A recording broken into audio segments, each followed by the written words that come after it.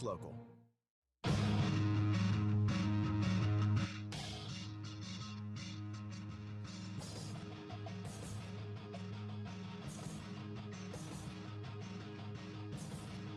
This is Carlin on 98.7 ESPN.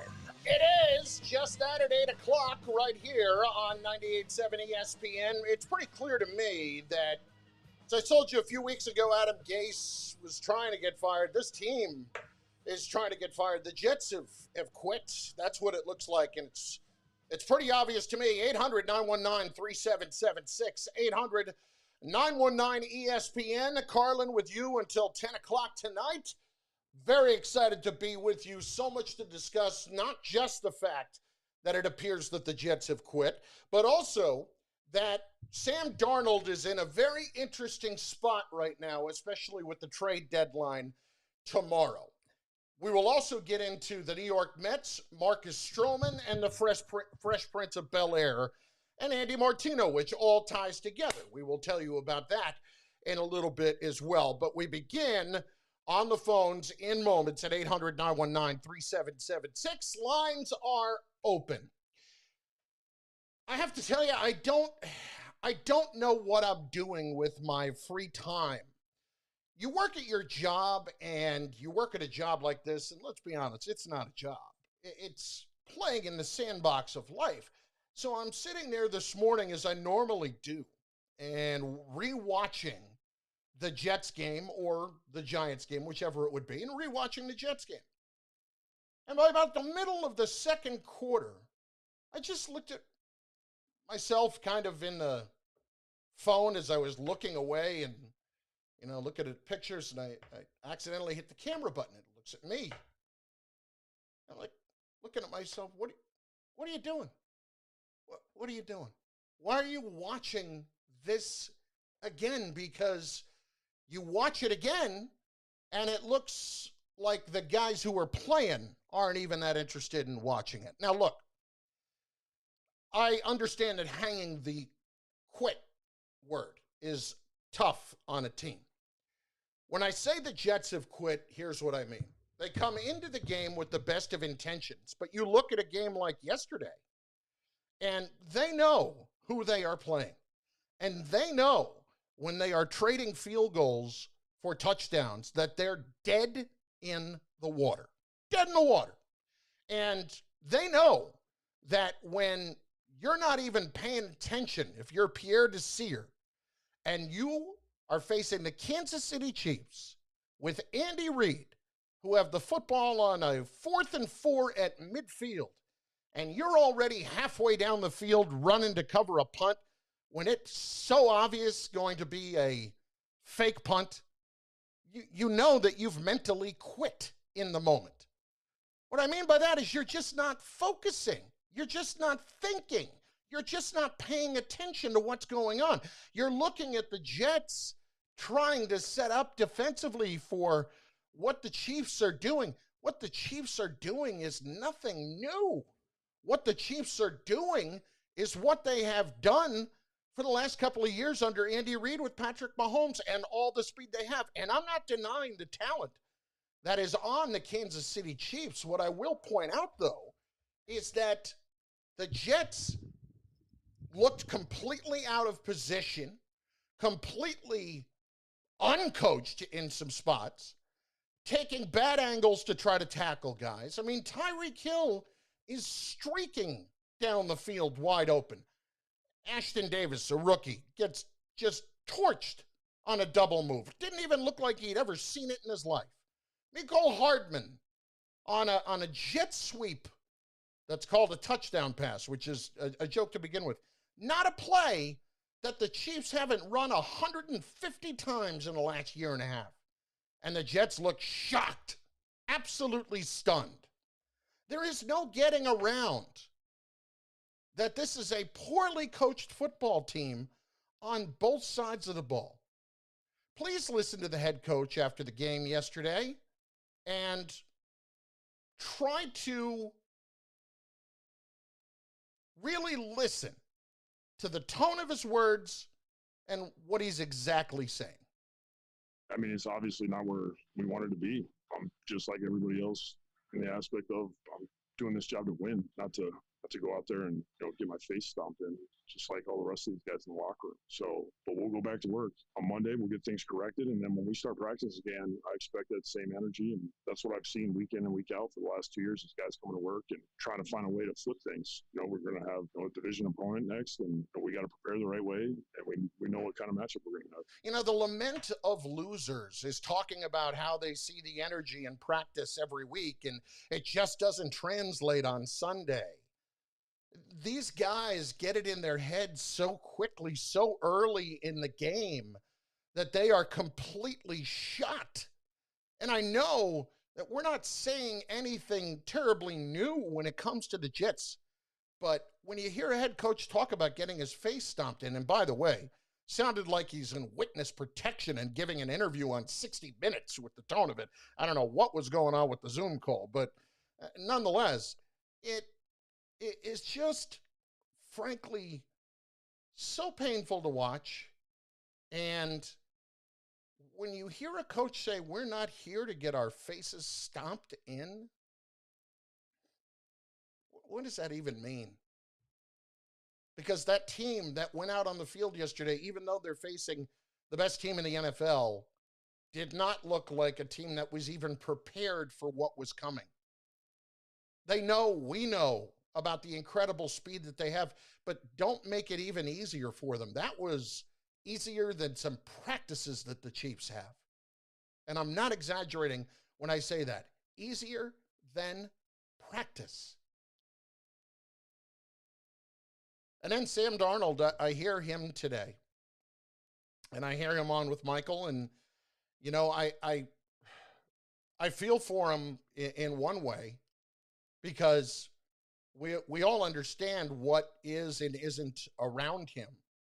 But there are decisions that are made that he makes that are head scratchers. I just don't see it. And every week I hear the same thing. He's taking the hit for the team publicly. What player has stood up in that room and said enough? What player has respected the coach enough to stand up and say, can we not get our asses kicked today? Is that possible? Who's backing him up? Is this just simply about ensuring the number one pick? Because, okay, I get it. Okay, that's fine. But when you hear the same answers week after week, and you see the same results week after week, and it's primarily because there may not be enough talent there, but that can't be the excuse for being poorly coached. And the Jets are a poorly coached team that don't believe in their coach and that have quit on him. And when I say quit, I'm not saying they're just standing around doing nothing. I'm saying they're not mentally focused. There doesn't seem to be any accountability on the line for them. They don't play with an urgency when things get bad. They don't put bad plays behind them. That's quitting. That's quitting. And it's a tough moniker to hang on to somebody, but that's what's going on right now. Adam Gase, I fully believe weeks ago was trying to get out of here. And he knows exactly what he's been up against, and he knows exactly what the landscape is. And now you have a team that, is able to do some things in the first half offensively, and then they have 40 yards and 2 first downs in the second half. It's brutal. There's no mental focus. There are mistakes that are made that are just mind-boggling. 800-919-3776. Open lines, your calls are coming up next. We are on Twitter, at Chris Carlin. We are also on Twitter over live via the ESPN New York Twitter feed with the video stream. We are also on ESPN New York's Facebook stream. We are also on my Twitch channel. We are also on my YouTube channel for the video, because you need to see more of me. but also primarily you get it all right here. It's Carlin. Let's hit the lines at 800-919-3776 when we come back on 98.7 ESPN. To put it simply,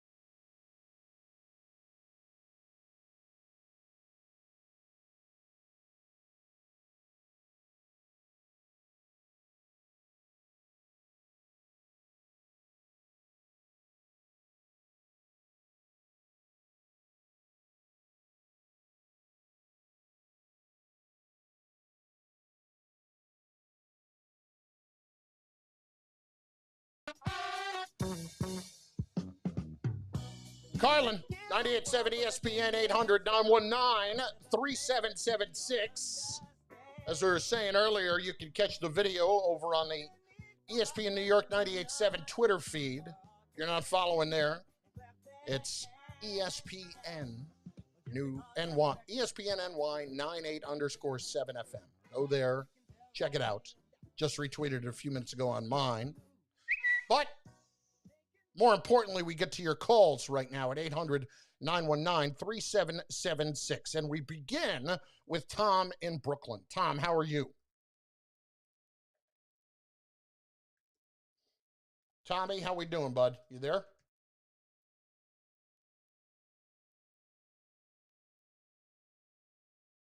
All right, I know we have been having some technical issues with the phones. Kev, Nikki, are we still having those issues? So we're still going to be working up against it here, trying to get it fixed. Let me work on that. I'm sorry. Yeah. We'll try to get it straightened out here in a second. The primary point here with what's going on with the Jets is you can't have a team that is not just not trying all that hard, doesn't seem to respect their coach, doesn't seem to respond to very much at all. Lost Tom. It's a problem when all of that combines and you're trying to figure out exactly what you're doing. I mean, that is a brutal situation to be in. Like, you're looking around and nobody has answers for anything. Absolutely anything. Let's try Muhammad in Brooklyn. He's next on 98.7 ESPN. Muhammad, what's going on with you, bud? Hey, Chris, how's it going? I'm good. How are you? Not too bad. Listening to you talk about the Jets, I feel like you're kind of reaching, and I feel like your expectations, whatever you may have of the Jets, is a little too high. Like the Jets expecting them to try is too hard of an expectation. I mean, the Jets are an 0-7 team. They're going against the former Super Bowl champions, and like they're obviously going to get eviscerated. So I feel like it's just something that you expect at this point. And well, but let me ask you a question. You know, a few weeks ago, and I'm not comparing the two teams in terms of talent or anything, okay? But a few weeks ago, the Raiders went into Kansas City and beat them. Then the Raiders are a better team, yes, but nobody expected that. They were 14 point underdogs, if I'm not mistaken. The point is this: I agree. Trying is not that hard. I think it comes down to two things. The Raiders and the Chiefs are division rivals, and I think we can both agree that playing a division rival is a different game than playing against interconference opponent. Okay, but let's talk about this for a second. Muhammad, here's my point. The biggest difference. Muhammad, here's the point. Yeah. We know how talented that the Kansas City Chiefs are. Can we agree that there's no excuse for being unprepared for things that they do all the time? Can we agree on that? That's true. I agree. I agree with the jet sweep play. I agree with that. But the 4th and 4 fake punt at midfield, and it's Andy Reid. That's something that's not a 4th and 4 at midfield. Coaches are always on alert for a fake punt in that kind of situation. I mean, let's kind of. I know it's two different teams, but look at the Giants and the Cowboys. Joe Judge, special teams coach, he ran a fake field goal against the Cowboys. I wouldn't look at that play and say the Cowboys are a mentally checked out team. I would say that was a good play call by Joe Judge. No, it's different. It's different. You had a player in Pierre Desir that didn't even remotely consider it and was running halfway down the field, which is why it made it so easy.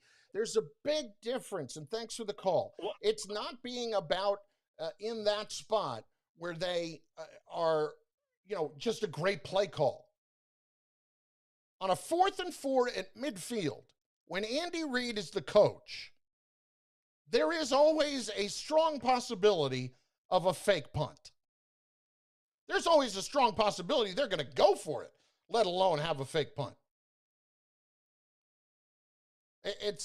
To me, it's inexcusable to be as absolutely lost as they were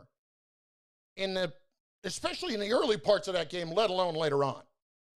Jets have checked out. They've checked out. I get it. Let me ask you a question. When you're 0-7 and you've had an absolutely brutal season, shouldn't you be extra pumped up at the challenge that lies in front of you when you're playing the Chiefs? Or are you just supposed to show up and lay down? Tom in Brooklyn is next, and he is back with us. Tom, what's cooking, brother? You're up next. Hey, Chris, how you doing? I'm good. All right. Now, just fans, you understand what's going on here. we know that the coach is a fool and he has no idea what he's doing and he can't prepare for anything. But what's infuriating for the Jets fans that are watching now, right, is we want to see the rookies. So how could you justify Gore having more carries than P. Ryan? How could you justify Mims only having 2 catches in the first half and then none in the second half? And now this is when you look at Joe Douglas. Why are you not in Gase's office at 0-8 saying, play the rookies? Well, I can give you 2 things on that. Number one, I'm thinking that Mims is playing more and they're covering him more. You saw last week, the second that the Bills put White on him, it was over. And that's why I didn't get the ball as much. Now, look, Mims is, frankly, the reason why I even want to watch them right now, okay? Yeah, exactly, yeah. You know, I think with P. Ryan, it's probably a little different. Now, this is me guessing, okay? Completely guessing. With P. Ryan not playing as much, there's probably some pass protection aspects to that. As a running back, when you are in the NFL, you have to understand pass protection so as not to get your quarterback killed. Mm-hmm. And it's not like P. Ryan's not playing at all. I agree. I don't need to see Frank Gore. But I also don't want to put him out there and let him get his just let Darnold get his clock cleaned either. Yeah, but why can't you just let Donald throw down the field? Like, I'd rather him have 3 interceptions than no touchdowns and no interceptions. Like, throw the ball down the field. I don't care if he's double coverage. Because you're not trained to throw the ball into double coverage. That's the point. Because we'd be killing him for that decision making if he did do that. And thanks for the call. I totally get where you're coming from, but you're not right about this one. You're right in that we all want to see the younger players, we all want to see trying to make plays down the field. Look at who the receivers are. And if you're doubling guys down the field, you don't throw into double coverage. We'd be destroying him for that decision-making as well. Sam's got enough problems trying to make things happen. And the decision-making problems that are there. I'm sorry. I don't want to put the quarterback who's doing everything he can anyway. And personally, I don't think is the guy. But I don't want to ask him to take more and more and more hits. I don't want to do it. Spike in Jersey. Hello, Spike. What's going on, buddy boy? A lot's going on. I'm going to give you 3 quick things, try and make you laugh. When we were kids, when I was a kid, you went to track and field in high school and stuff, right? Well, we didn't have it at my high school. You didn't. But I knew it existed. Okay, so anyway, here's my analogy again. Track and field, and track was track, field was field. Kansas City against the Jets. Let's put you. I would select you more likely to be on the field team as the shot putter than the sprinter. Would that be accurate? I would say that I was unexpectedly fast for a large man. I would say that. I would want to say that. I was 10 for 10 stealing bases in high school. That is 100% accurate. Yeah, I did see a picture of you golfing. Yeah, that's true. Okay, so maybe it's a better analogy. Let's say now. So you would be the shot putter. Yeah, I would say that's fair. You'd show up if I could lift up the shot put, I would. Whatever they call it, right? If I could lift up the shot put, that would absolutely be me. Yes. Yeah, against this track team they put out. They're totally unprepared. They're an embarrassment in the NFL. I feel bad for, as I've voiced on every program I call, I feel bad for the diehard Jet fans. You guys are listening, will call in, you know who I mean. It's a pity. They're really an embarrassment to the league. But you made one quick point, and then I want to get one Rutgers thing in real quick. You made one point that maybe it's all planned and contrived. Who knows with Adam Gase? Who knows? He's spaced out for me. Your call on the Rutgers, that lateral play. Yes. I'm telling you something. I listened to you. It was a little delay. I got to while I'm watching and listening. It's tricky, but you're a great play-by-play guy. Not because I know you were friends and all that stuff, but it was a great call. How exciting was it? Because Lucas was laughing. How great was that to call when you were doing it? Just tell me, and keep me on so I can listen to it. It was fun. I appreciate it, and thanks for the call. And I appreciate the kind words. I'm not. First of all, I did screw something up in that the last person to touch the ball, I didn't quite have it right. Nikki, I mean, I hate to say it. Nikki, earlier Peter played it. I don't know if we have the call from the Rutgers game the other day with the bizarre play that didn't get a touchdown. If you let me, Yes. we do have it, so I can explain what's happening after the fact. Go ahead and play it, Nikki. They've got 7 defensive backs dropped left. Here's Jones making the catch, a little lateral to Bo Melton. Melton trying to lateral it back to Vedral, who laterals it to Raekwon O'Neal, who just stood up high in the air. It's caught by Jones back at the 25. He cuts left to the 30, flips it up in the air. It's caught. Now who's got it? It's Vedral. Turns, throws it back. Rutgers has got Jones at the 50, to the 40, to the 30, to the 20. He's gonna go! What just happened? You have to be kidding me. Yeah. So what happened here is you notice I said, and Jones has got it again. It was not Shameem Jones who had it and ran it down the field. It was Bo Melton, who I identified shortly right after. So I didn't at least continue to say that, but I got to be honest. There were 8 laterals on the play. I'm just trying to keep up. And Ray laughed so hard because Raekwon O'Neal, the left tackle, got the ball. Nobody went down with the ball, which you're not supposed to do. And Raekwon O'Neal went ahead and threw it over his head and backwards like it was a bouquet of a bride, except that he threw it about 25 yards in the air. Like, that'd be a hell of a bride if she could throw it that far. But just took it and shot putted it back. And, listen, I wish that it counted. It didn't count because the ball apparently, and I've seen it a couple of times, the ball was lateraled forward by about a half a yard. What are you going to do? But yes, it was fun to call it, and it's fun to do it. I am the Rutgers stuff I do for fun. I absolutely enjoy it, and it's a blast in every way.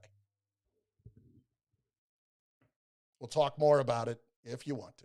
But more on the Jets and more on just the ridiculousness of what we saw yesterday in just a moment. We'll continue on it, and we'll also get into Sam Darnold and the fact that the trade deadline is tomorrow. Now, Sam is not getting traded tomorrow, but I do think some people have to wake up on what to expect when it comes to Darnold. 800-919-3776. Open lines. Let's hit them. It's Carlin on 98.7 ESPN.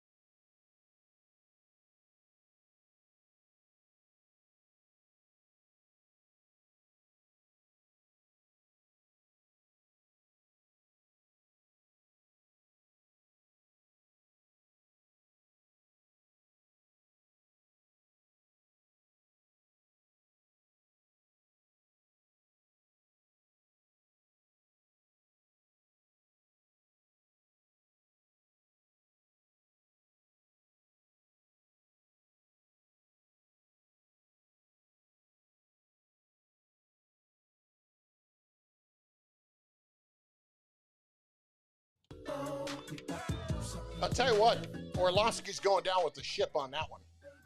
He's not letting that one go anytime soon. Carlin, 98.7 ESPN, 800-919-3776, 800-919-ESPN. Let's talk about Darnold for a second. I know the guys earlier today were talking about the possibility of Sam getting traded before the deadline, and that's not happening, especially, he had the injury. That's number one.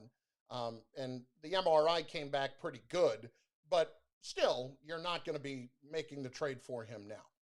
But the bigger issue here is what people believe that you're actually going to get in return for Sam Darnold right now. And to me, I think a second rounder is asking for a lot. And I get it. Folks, we can talk all you want about what he hasn't had. But Sam hasn't played well to think that he would absolutely have a chance to get that kind of a return. I went to Pro Football Focus this afternoon, okay? And I'm going to illustrate your point before I illustrate mine. The guards on the Jets are ranked 26th and 31st for how they played this year. Connor McGovern at center is ranked 34th. There are 32 teams in the league, and he's ranked 34th. I'm not exaggerating. Edoga, who has filled in, is the highest rated Jet tackle at 24. Fant and Becton's 47, Fant's 52. Okay. But Sam Darnold is ranked as the 33rd best quarterback in the league this year. And again, I would point out that there are 32 teams, and that takes into account a lot of factors. And for Sam, that's not a good sign. There are sacks that are taken that can't be taken. There are throws that are made that can't be made. There are decisions that are made that just absolutely cannot be made. It's painful sometimes to watch this. And I think if you're other teams evaluating this going into the offseason, let's say you're a team like the San Francisco 49ers, and you're going to be quarterback shopping after this season, because Garoppolo getting hurt is now a thing that's always that's now always a possibility, and frankly, just not being good enough. So let's say you were thinking about, well, maybe we should trade for Sam Darnold, considering what we have here for him to work with. Interesting idea, sure.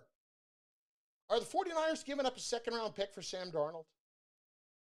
As the 33rd best quarterback in a 32-team league, and he's going into his fourth year? I don't know about that. Maybe it's a third-round pick. Maybe you just need to be a little bit more, I don't know, realistic about what you're going to get in return. Don't you? Just have a little bit more of a concept that Sam is not going to go for a second-round pick. I think you're expecting an awful lot if you think you're going to get that. And folks, when it comes to Sam, I don't know really what else there is to look for or to see. I don't know that there's anything left to see. I think we've seen it. It may not be fair, but life in the NFL isn't fair. Life in the world isn't fair, as we know. But life in the NFL isn't fair. Maybe he goes somewhere else and is great. But the Jets aren't going to do anything until they know that Trevor Lawrence wants to be a Jet. And until they know that they have the number 1 overall pick. So just start adapting for that now. 800-919-3776. Gary is in New Jersey, and he is up next. Gary, what's cooking, brother? What's up, Chris? How you doing, my friend? I'm doing good, bro. What do you got? Well, all right, I got 2 quick comments and then a question. Sure. First, as a diehard Jets fan, all the people that are still staying on the bandwagon, that are still supporting the team, I appreciate them. But I have problems with some of these other people. I do have to say one thing. There were a couple of Jet fans at the game yesterday, and God bless them. They showed them in the stands in Kansas City. Well, that's good. That means that not all is completely lost. Um, as far as Sam goes, I have to look at like the Adam Gase effect right now, because if you look at somebody like, for example, Ryan Tannehill, all right, if you were to compare Ryan Tannehill coming out of Texas A&M and M and being the Dolphins starter under Adam Gase and what he's doing right now, you got to look at the fact that, yes, I know Sam Darnold's making all these mistakes and his weapons are not that good and the interior offensive line is terrible, but not trying to find hope in the midst of all the darkness. But I got to wonder that, if Sam Darnold's out of New York in a better situation, like, for example, my friends I've talked to, and they ask me about Sam Darnold and the Jets or whatever. They always say that, I always tell them that, hey, I think the Colts would be a good landing spot because nothing against Phillip Rivers. He's still a good quarterback and everything like that. No, but Move. we're on the back end here. It's over. Correct. Yeah. Correct. The man can't move. So if Sam Darnold's behind that offensive line with that running game, Frank Reich is his head coach who's been great with quarterbacks, and even those offensive weapons he has on the perimeter and in the slot, I'm not going to say he's going to be the second coming of Joe Montana or even Joe Namath, but he's going to have a much better time. You would have a better evaluation of him. My second point is that I disagreed with Muhammad from Brooklyn, and I agree with you totally.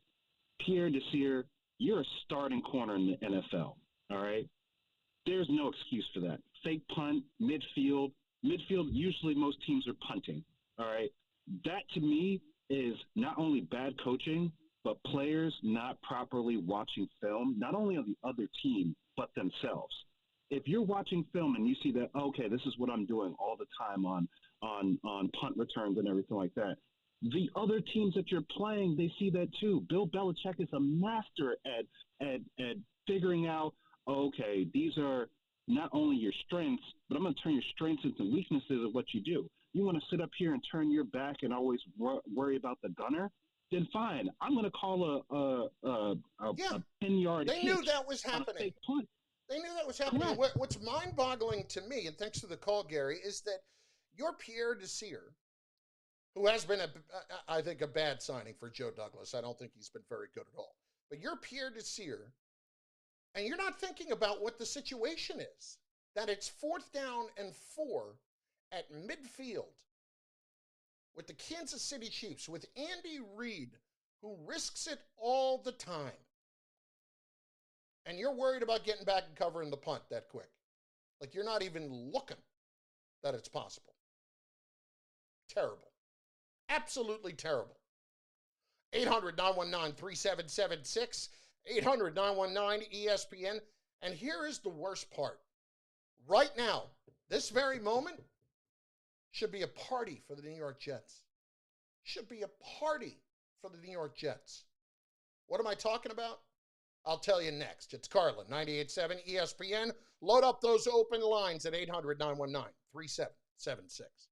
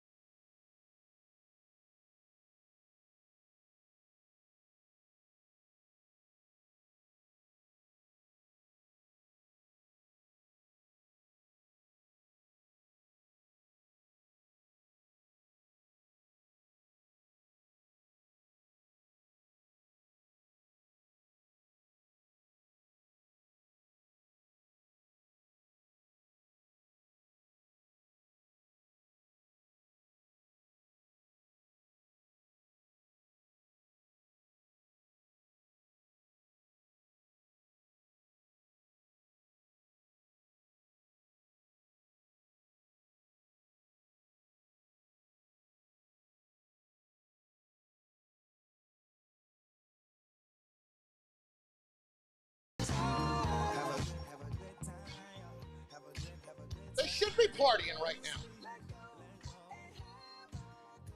I know that they're 0-8. I get it. They should be partying right now, though, and enjoying every second of what is happening in New England.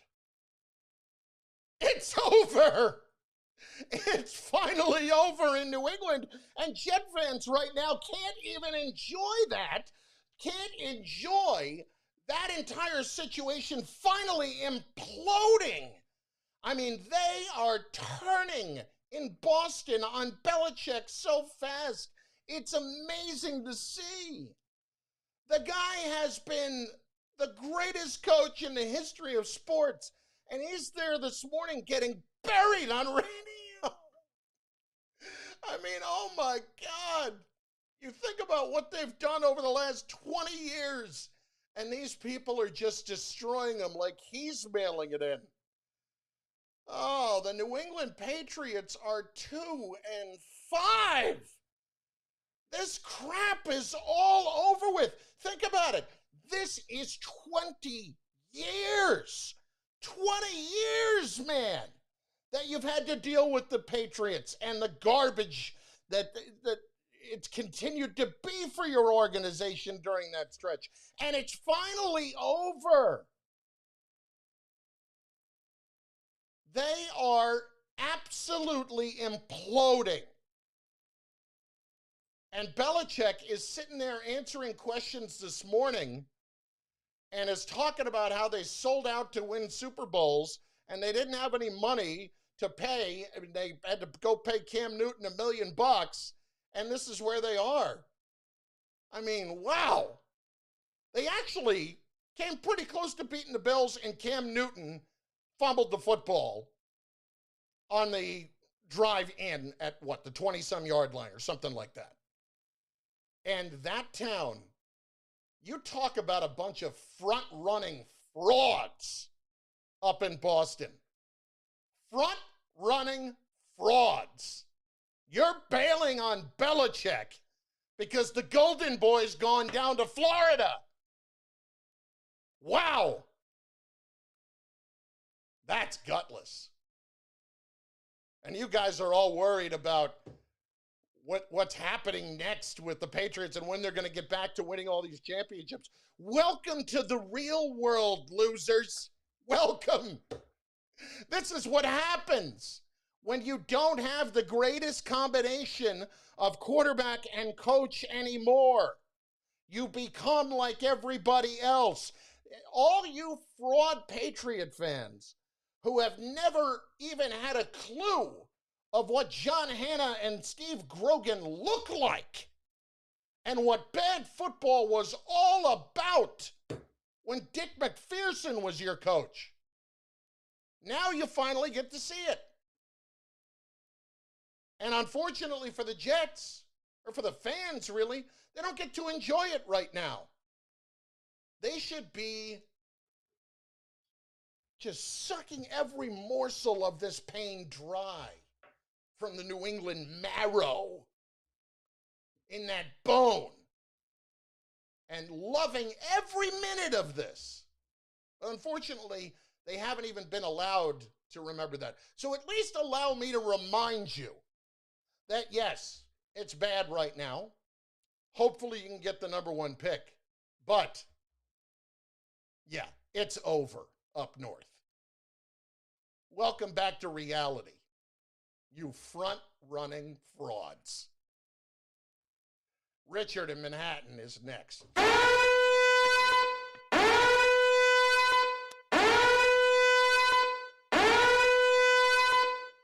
Chris, you came so close to calling one of the greatest touchdowns in the history of football. Really. And let me tell you why this was better than the 38 years ago, game? the Cal Stanford game. There was no band on the field. No, that made it better for them. Yeah. But they were more organized.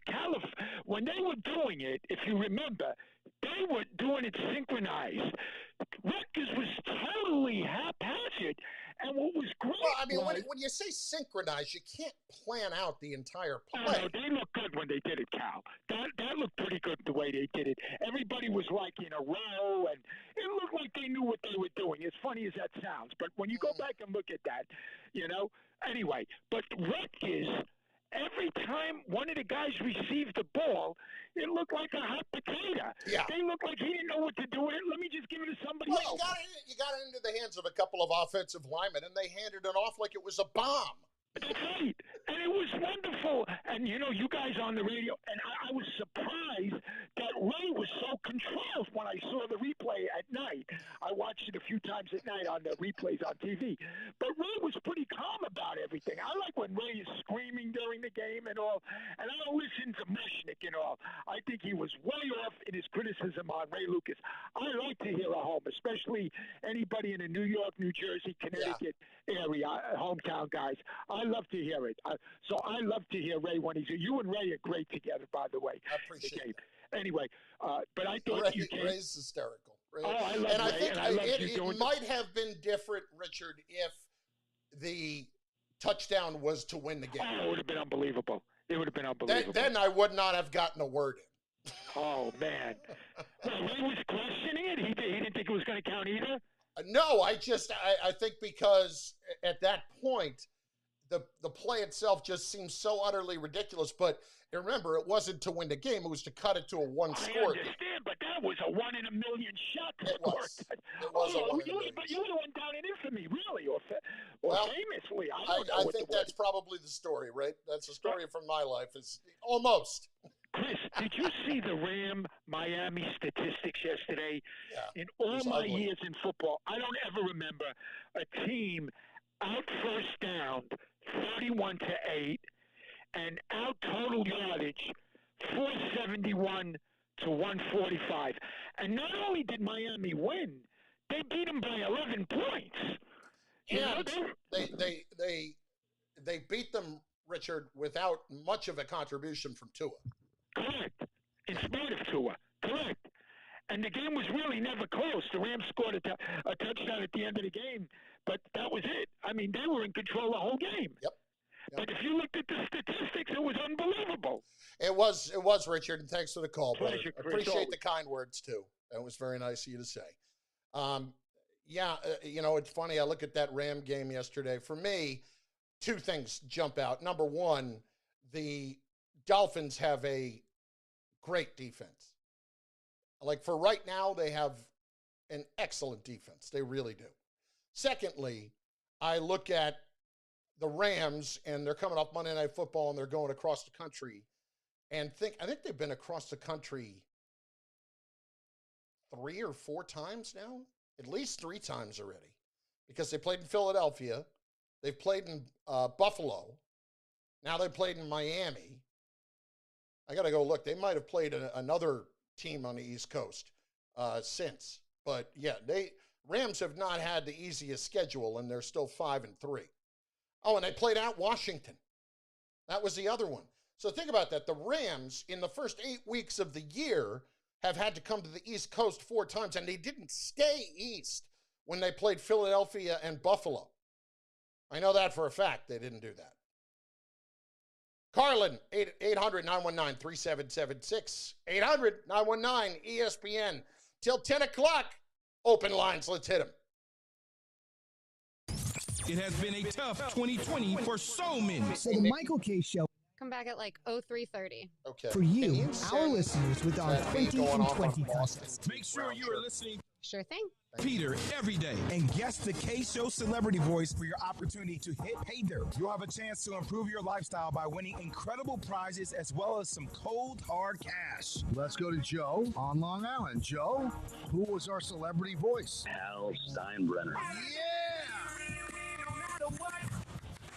You got it, baby. We're giving you a Samsung 4K 58-inch TV, courtesy of PC Richard & Son. Do you have use for that? Are you going to put that right up? Oh, that's going to be right up on the wall. I'm going to watch Super Bowl Sunday on it. You can watch the simulcast as well of our show. Because we look great with 58-inch TVs. Yeah. It's great. Don't miss your shot every day starting at 2:55 right here on 98.7 ESPN. Keith D. Silverstein and Associates has won millions of dollars for clients with serious injuries from construction accidents, auto, or a slip and fall. You may be entitled to compensation. Initial consultations are free and confidential. 1-866-I-WAS-HURT.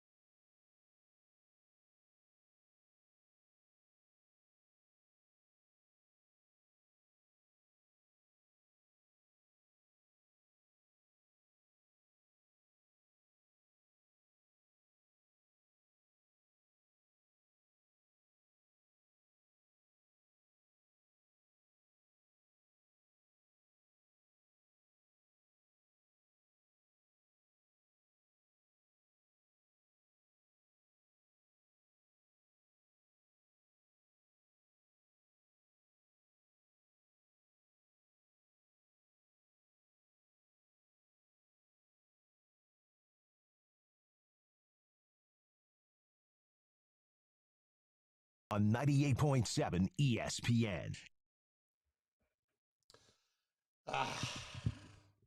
Dead in the water. Yeah, pretty much. 800-919-3776, 800-919 ESPN. It's Carlin with you until 10 o'clock. Lawrence W. Hardesty comes your way at 10 with ESPN New York tonight. I want to spend some time on what I find to be an amusing development when it comes to the New York Mets. Hey, Steve Cohen on board. The man's tweeting this weekend. He's talking about bringing back Old Timers Day. He's, there's one guy writing a letter about how he got banned from Citi Field because he tweeted something nasty about Jeff Wilpon, and he says, we'll get that fixed. Don't worry about it, because Steve doesn't love Jeff Wilpon. And, he's all into it. His wife is all into it. She's fresh out of the 7-line army. I mean, you got to love it. If you're a Met fan, you're loving every single minute of that. And what I found was interesting is that today they did extend the qualifying offer of $18.9 million to Marcus Stroman. And we'll get to whether or not that was a good decision in a minute. But this to me was hysterical. So, Andy Martino, we've had him on. He's a good friend and an excellent journalist. And so once they extend the offer, Andy just goes ahead and tweets right at Marcus Stroman. As I know personally, Marcus Stroman does read Twitter quite a bit and does choose to respond quite a bit, as he and I have inexplicably gotten into a couple of Twitter tiffs. But at any rate, Stroman, Andy wants to know, are you going to take and accept that $18.9 million offer? So he just tweets it directly at Stro. What's going on? You going to take it? And he just tweets back the gif of Will Smith from The Fresh Prince of Bel-Air sitting in the chair, shrugging. And you can actually report that. He's like, I don't know, maybe. You can actually report that in today's day and age. Reporting in 2020, GIFs. That was a response from Marcus Stroman. Respect on that front. Respect, Marcus. Because it actually is answering the question. I don't know, maybe. He's got 10 days to do it. Now, was it worth doing? To me, I don't know. No, it wasn't. Now, he may go and get more money somewhere else. He may turn it down. But he may take it. And that concerns me a bit. I think Marcus Stroman is a classic example of one of those pitchers that everybody has always felt is much better than they actually are. And it's a guy that in a lot of cases pitches just well enough to lose games.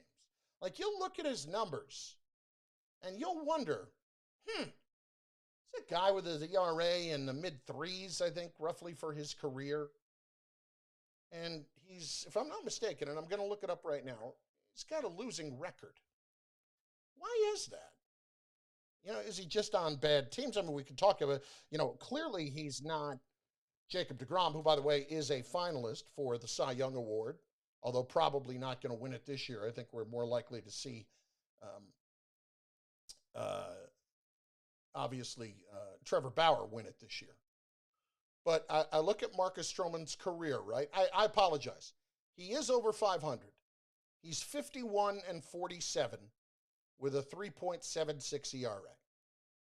And I look at some of his years, and 2019 when he got traded to the Mets, 3.22 ERA, 10-3 overall, 6-11 with the Blue Jays, 4-2 with the Mets. I feel like he's somebody that has always been portrayed as being better than they actually are. And $19 million for someone that to me is at best a third starter? Third. That's a lot of money. And I know the market's much different now, but look at what's going on around the league, around Major League Baseball. Guys are getting cut non-tendered because teams don't want to pay them. And yet, for Stroman in this instance, you're okay doing it. Now, I get it. It's Steve Cohen. All of a sudden, money doesn't matter. Just throw it all out there. That's not going to be the case. And I just don't think that Stroman's, frankly, all that good. I think he is a slightly above average pitcher who, in a lot of instances, finds ways to lose games. And I don't think the Mets should be wasting their money on Marcus Stroman. $19 million is a heck of a risk to take. And I don't think they're just thinking they're automatically getting the pick, that he's absolutely going to turn it down. I don't think that's the case at all.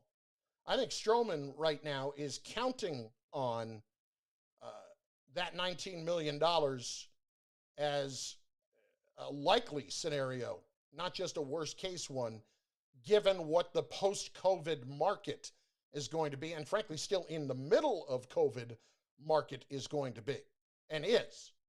I think Stroman's looking at it thinking, wow, okay, 19 million, that's pretty nice to sit back on and take. Probably not going to get more than that. Even if I did, let's say somebody offered me 2 years and 30 million, would I take that? Or would I take 19 this year and then go take my chances next offseason? That's probably what I would do. That's probably what I would do. Because maybe next offseason I can get the $100 million contract. Stroman for $19 million that's a waste of money. Stroman for 13, 12, okay, and you might say, who cares? If he comes here and pitches well, that's fine. You know, he could be one of those guys that you end up looking at and saying, man, was it worth it? And I hate to be at the end of the year and be asking that question, especially when you have a new owner coming in, learning his way, all that stuff. If he doesn't care, that's fine. And if you don't care, that's fine. I just don't think Marcus Stroman is a guy that is a centerpiece of a winning baseball team. I really don't. I think he's a little above average pitcher that has generally been on average teams in his career.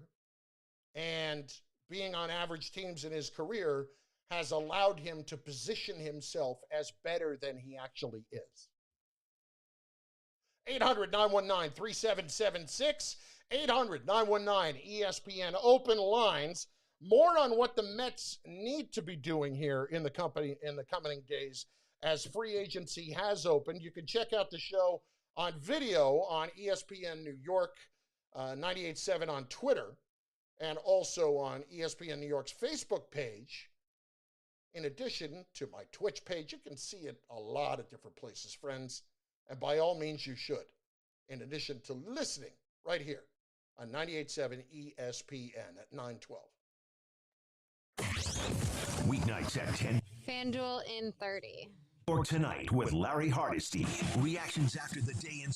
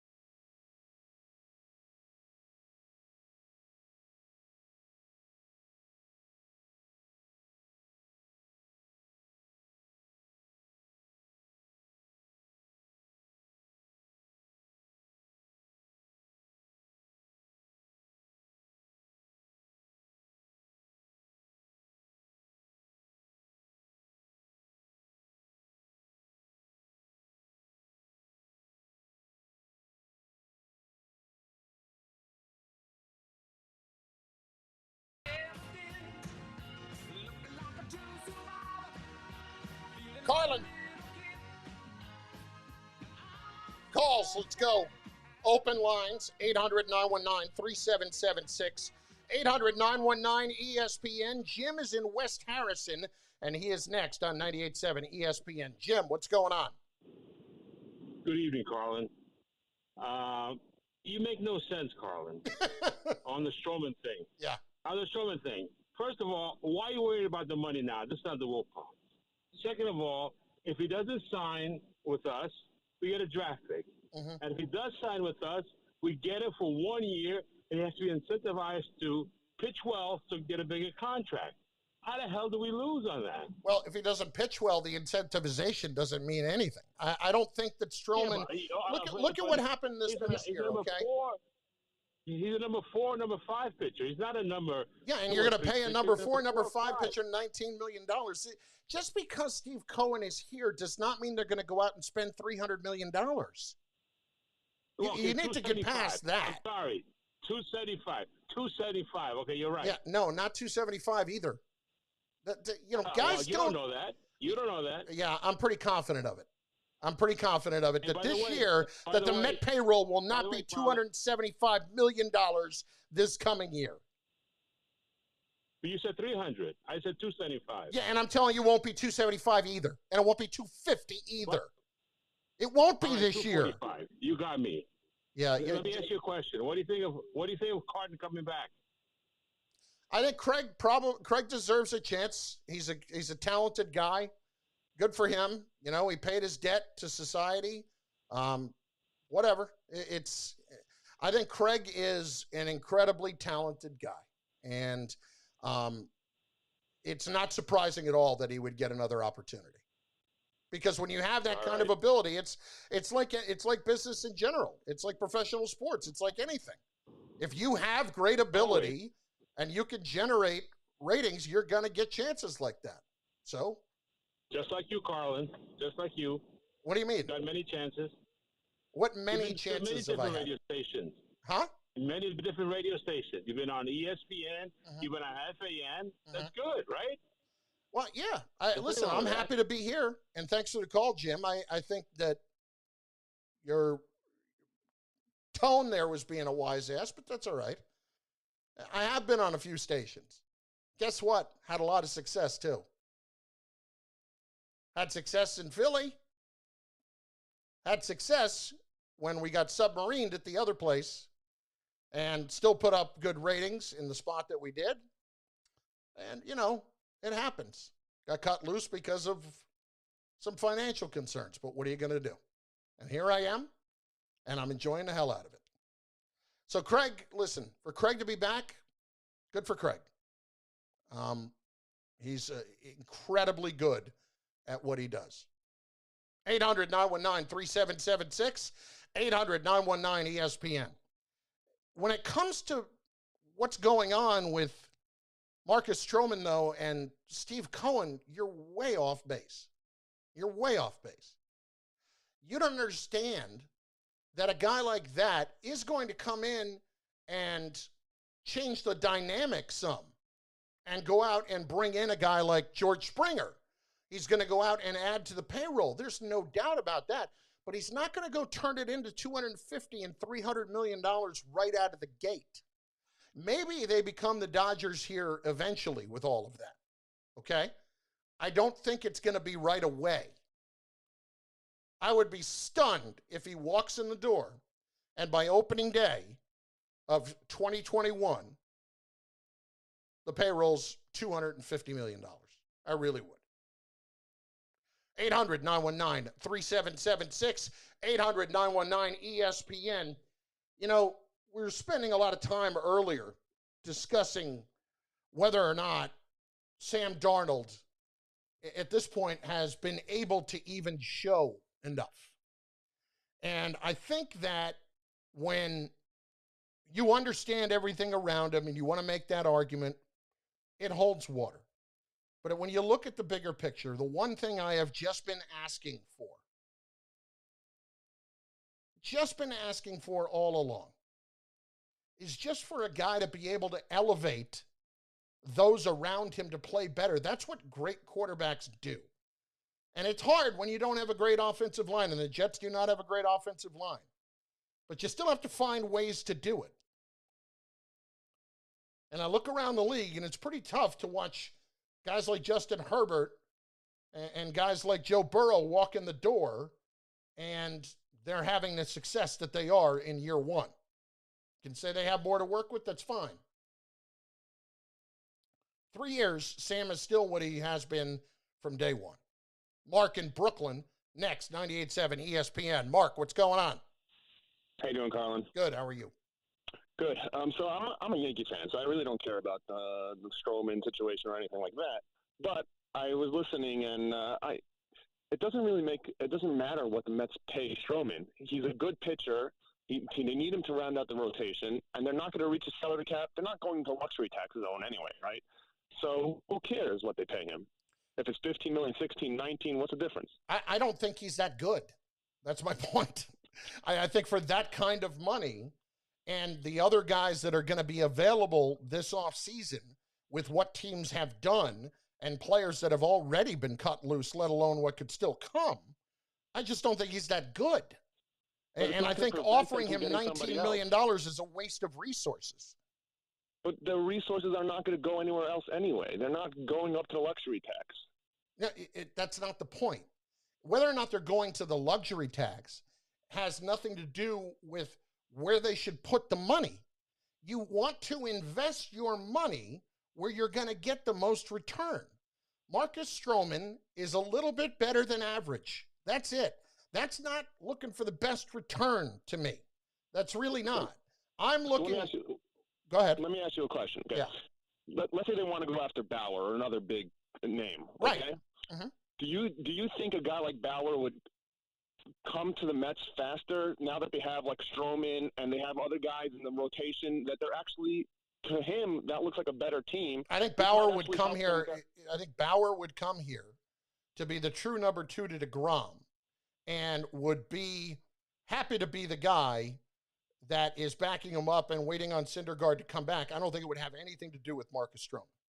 You're asking me if I would rather have ultimately, once he's back, whether I'd rather have Bauer as a 2/3 or Stroman.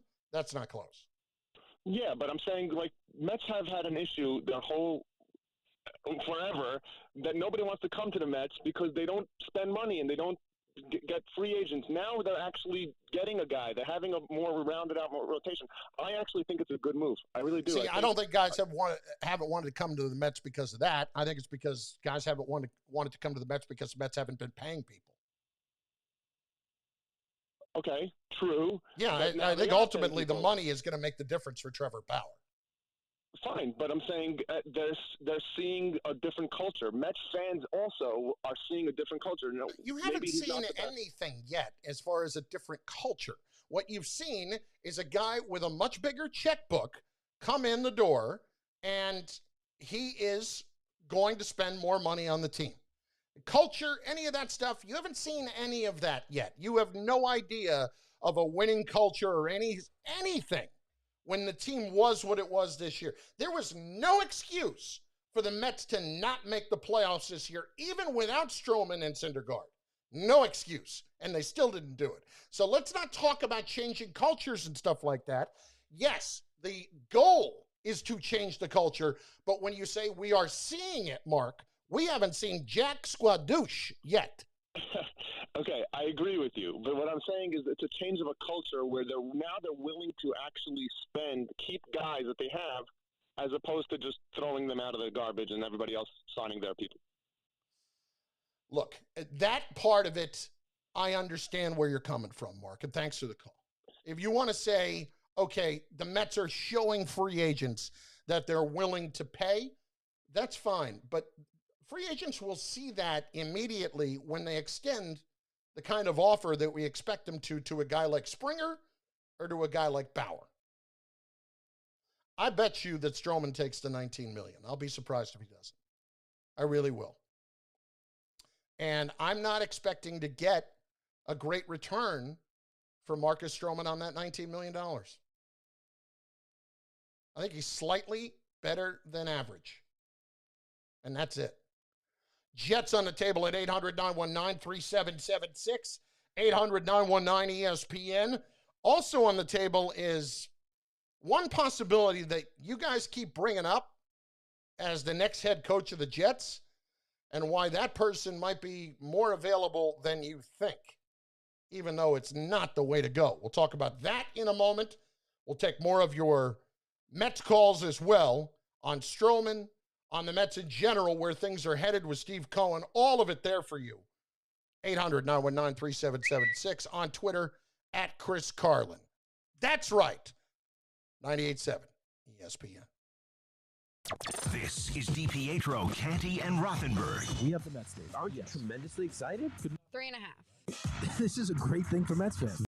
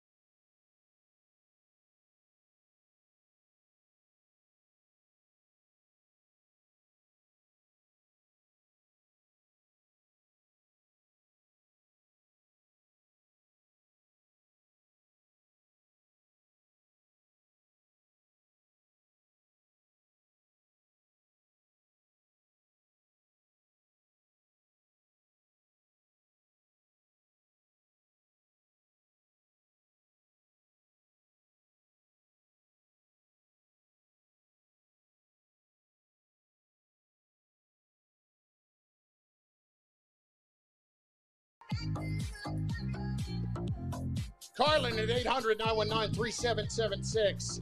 I don't know why, but a lot of you guys have had this fascination with Jim Harbaugh for the Jets to be their head coach. And while I say I don't know why, I do understand a little bit why, and that's because you've looked at the success that he's had in the NFL with the 49ers and say, why wouldn't you bring him back? Well, look at what's going on at Michigan right now. Now, Harbaugh is 33-13 in Big Ten play at Michigan, and that's not bad. The problem is 5 of those 13 losses have come against Ohio State. He hasn't beaten big teams when he's needed to. And there are a lot of people that are getting a little bit antsy when it comes to Harbaugh because his contract is up after next year. So what does that mean? They lost the other day to Michigan State. That's obviously a bad one. So if you are Michigan and you're looking to move on, good chance it's going to happen after this season. Should the Jets be looking at Jim Harbaugh to be their head coach after he got fired by Michigan? Well, logically, you would say yes, they should, because look at what he did with San Francisco the first time around. I would not do it. I think even between now and when Harbaugh was a coach in the league, there is a much different feel about how to coach NFL players. I think you're seeing a guy like Joe Judge right now get the most out of his players by asking them to work hard, demanding accountability, but also respecting them in every way. What's always been the knock on Jim Harbaugh? Well, he can't last more than 4 years before he just completely runs guys into the ground. And that's why college was actually a good place for him, because you're recycling through players every 4 years anyway, or cycling through players every 4 years, I should say. But now you want Jim Harbaugh to come and be the coach of the New York Jets. No. Let me tell you something. On a few different levels, this doesn't work.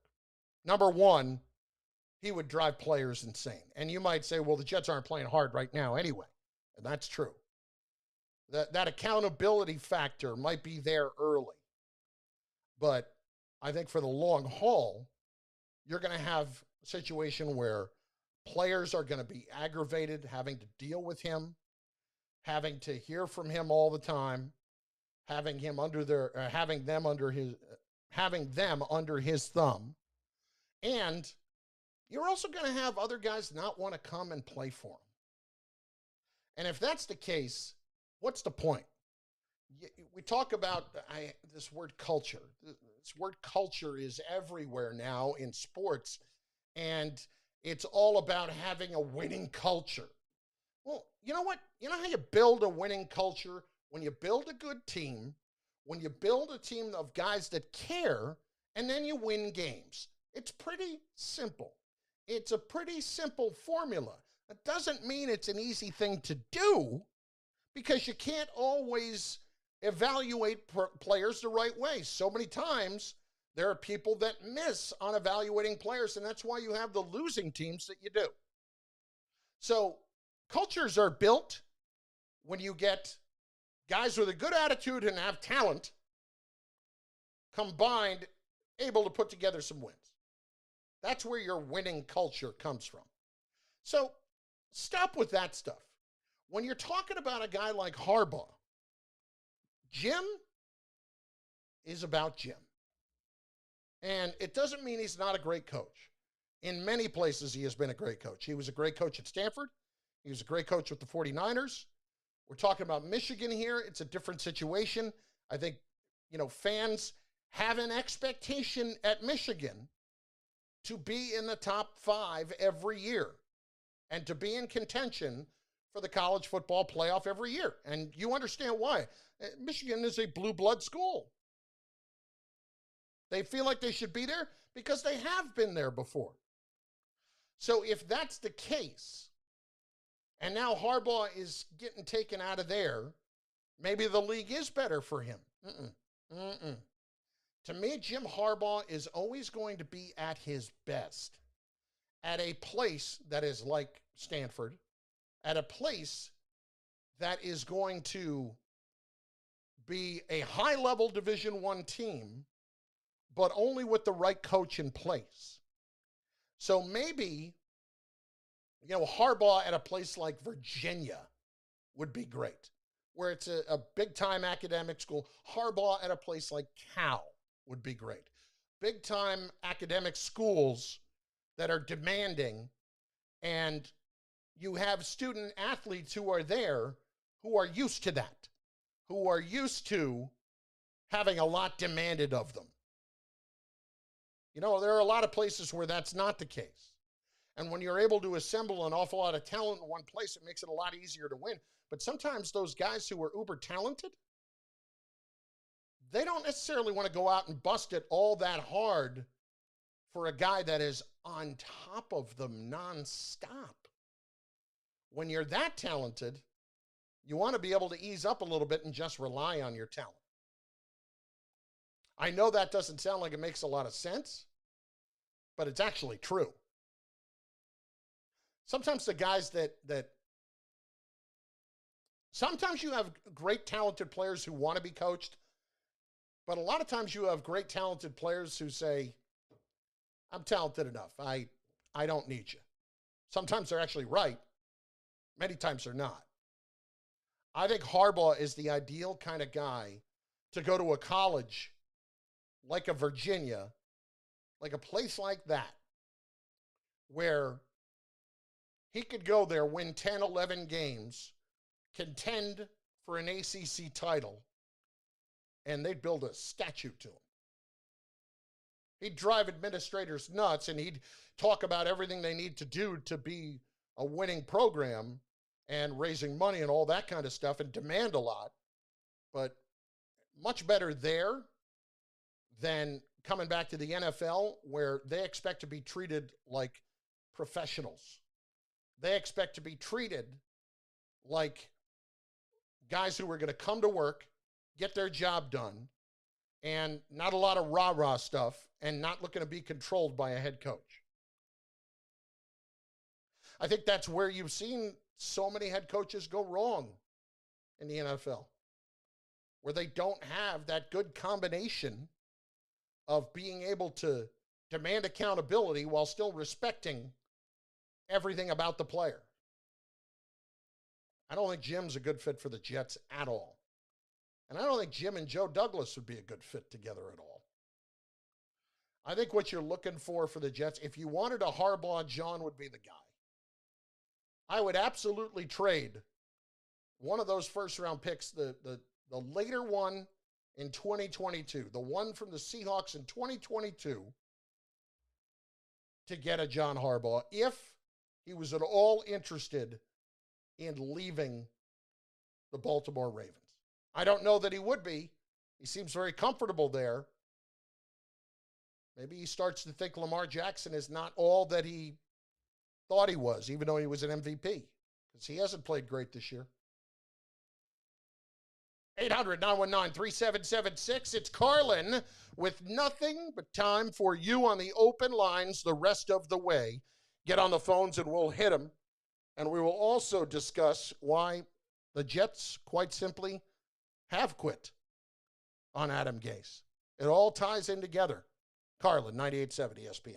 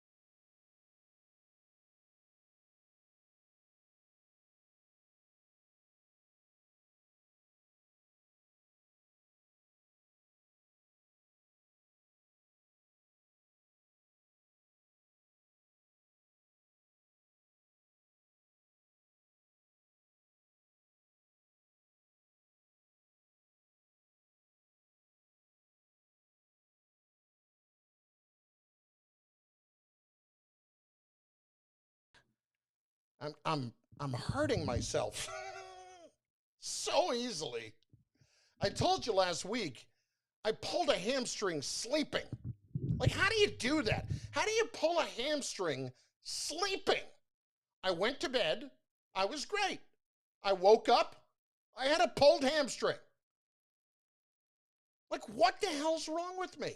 All right, yes. All right, maybe the 3 bills, that I'm carrying around, maybe that has something to do with it. That's possible. So I'm getting on the Peloton bike. And, I'm trying to be accountable to myself to actually do some of this, to be healthier, to be smarter, to try to just be better and, not die. So I get on the bike today. I went on it last week and I didn't notice this, but last week was the first time I was on it in roughly, I'd say, 6 weeks. Get on it last week and then again today. And today, it just starts making noises. It just starts making noises like it just came out of the basement for the first time in 12 years. Like I'm pedaling and there's, I can't even make the noise. Yeah, I'm pedaling and it's just, you hear grinding. Like it's time for a Peloton tune-up.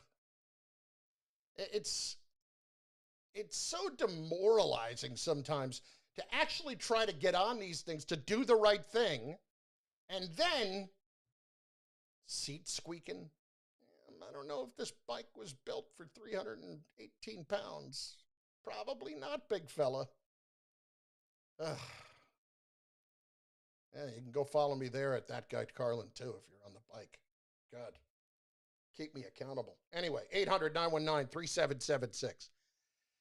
What has bothered me the most about the New York Jets has been, quite simply, watching a game like yesterday and seeing them, frankly, quit. And when I talk about a team quitting, I'm not talking about a team just laying down and doing nothing. I'm talking about the focus in situations disappearing. I'm talking about playing a team that was exceptionally talented, that has great speed. There's no getting around how good the Chiefs are. But what bothered me is even as someone that never played the game on any sort of serious level after PAL, didn't even play in high school.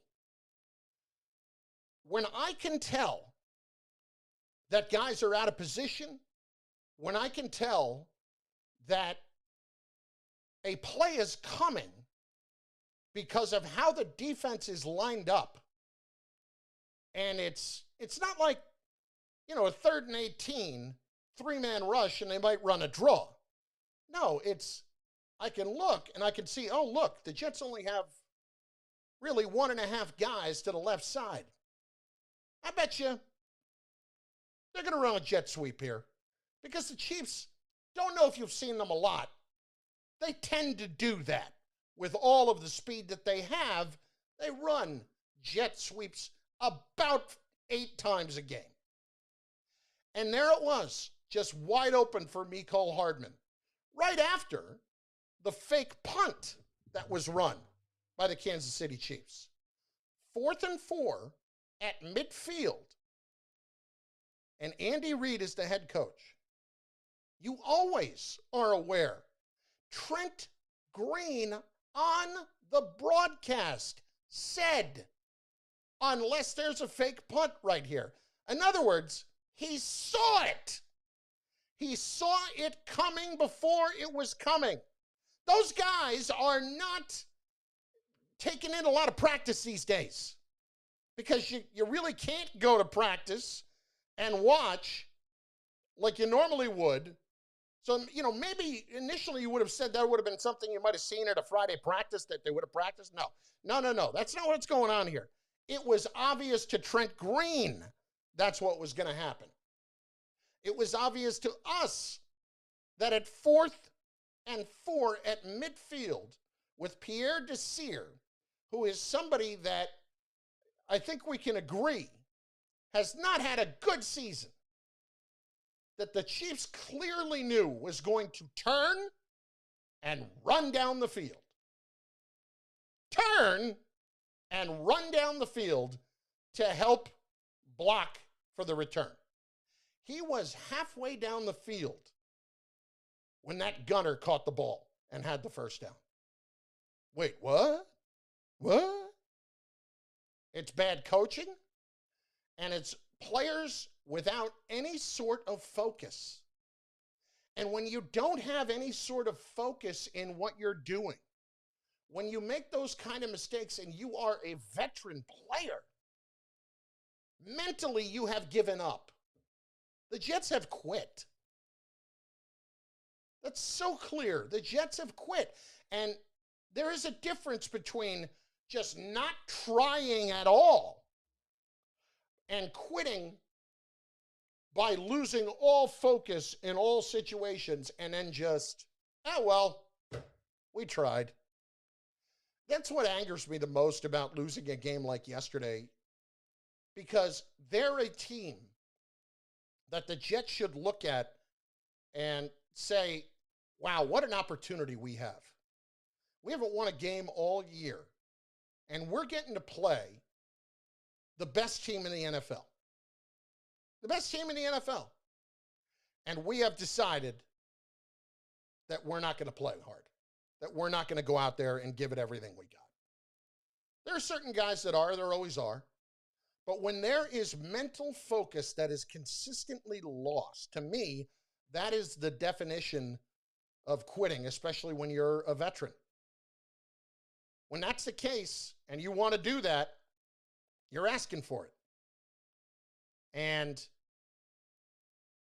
that's a tough one to hang on somebody. And I don't do it lightly. But they have. They have.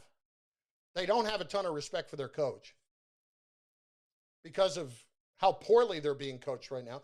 Greg Williams, I mean, he can blame the offense all he wants. His defense stinks. And yeah, they're great. They got speed. His defense has stunk all year. They have. I don't want to hear about what you don't have. You know, that's always going to be the excuse with that guy. Now, when it comes to actually firing the coach, to me, it's one of two things at this point. You're either going to ride out the season to make sure that you get the number 1 overall pick and keep Adam Gase in place, almost to ensure that, in some ways, that's him earning his money. Or you're going to fire him after this week. If they lose to the Patriots, they're really just completely shot. And let me rephrase that. They already are completely shot. But if they lose to the Patriots, who are 2-5 at a team that is shot themselves, and they're not even competitive in the game, like, what's the point? You know, if you're just going to keep him there for the rest of the year to make sure you get the number 1 pick, that's fine. But to me, it would either be next week or rest of the year. And they'll start doing their due diligence on head coaches, but make no mistake, Adam Gase is not going to be the head coach of this team long term. The other question is about the quarterback, and if Sam Darnold's going to be the guy long term. And I have a problem believing in that when Sam just has not shown enough, continues to not show enough. I want to believe in what he has done early in his career because of the lack of talent around him. But if the Jets end up with the number 1 pick, Sam's gone. That's it. Sam is gone. There's no reason to talk about it anymore because Trevor Lawrence is a different level player. Let's hit Jeremy in South Amboy. Jeremy, you're next. 98.7 ESPN. What up? Hey, what's up, Craig? Chris, whatever. I just have... It's good weed you're on, brother. Hope you weren't driving. Either way, the point about Sam is quite simply that even if he goes somewhere else and blossoms, it doesn't matter if you have Trevor Lawrence. You're going to look back at that decision in 3 or 4 years and just say, what were we even thinking about? He's going to be that good. Talent evaluators expect Trevor Lawrence to be a Hall of Fame quarterback. Injuries aside. Why would you ever pass up on that? You wouldn't. Unless you already had another Hall of Fame quarterback in place, you would not pass up on that. So, assuming all of that happens, we can watch the Jets the rest of the year and look for some positive things to try to build on. Hopefully, Mekhi Becton plays at a high level the rest of the year. Hopefully, we get to see a lot more of Denzel Mims the rest of the year. That's why I'm watching. But the fact that in my mind they've quit is really tough to take. And I think from Sam, we've seen all we need to see. Sounds tough, but I think it's true. All right, that will do it for me. Lawrence W. Hardesty is next with ESPN New York tonight. Nikki Hartman, outstanding job, backbone of the show as usual. Tomorrow night, there's a lot going on, as you may know. If you care to avoid all of it, I will be here. It's Carlin, 98.7 ESPN. See you then. Weeknights at 10 p.m. It's ESPN. Good stuff, Chris. I'll talk to you tomorrow.